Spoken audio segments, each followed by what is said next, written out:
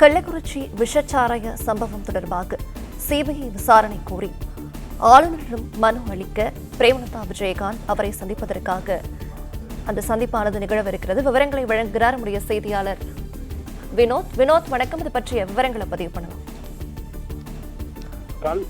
கள்ளக்குறிச்சி கருணாபுரம் என்ற கிராமத்தில் விஷச்சாராயம் அருந்தி 63 பேர் உயிரிழந்த சம்பவம் பெரும் துயரத்தையும் பரபரப்பையும் ஏற்படுத்தியது.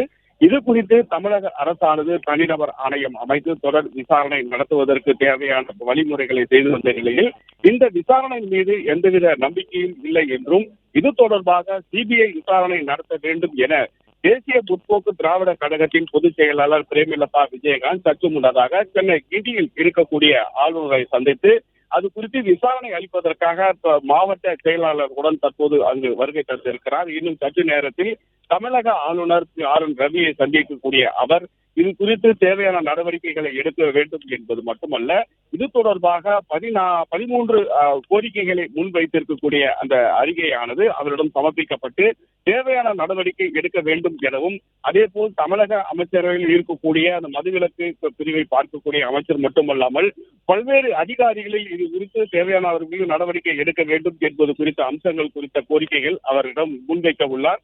இது தொடர்பாக அவர் இன்னும் சற்று நேரத்தில் தமிழக ஆளுநரை சந்திக்க உள்ள தேமுதிக பொதுச் செயலாளர் விஜயகாந்த் இந்த ஆளுநரிடம் சிபிஐ விசாரணை நடத்த வேண்டும், தனிநபர் ஆணையம் மீது நம்பிக்கை இல்லை என்பதற்கு குறித்து இந்த ஆணையம் அமைத்தால் தொடர்ந்து விசாரணையில் நல்ல முடிவு எட்டப்படும் என்பதற்காகவே இன்னும் சற்று நேரத்தில் ஆளுநரை சந்தித்து இது குறித்து விளக்கமான கடிதம் ஒன்றையும் அளிக்க உள்ளார்.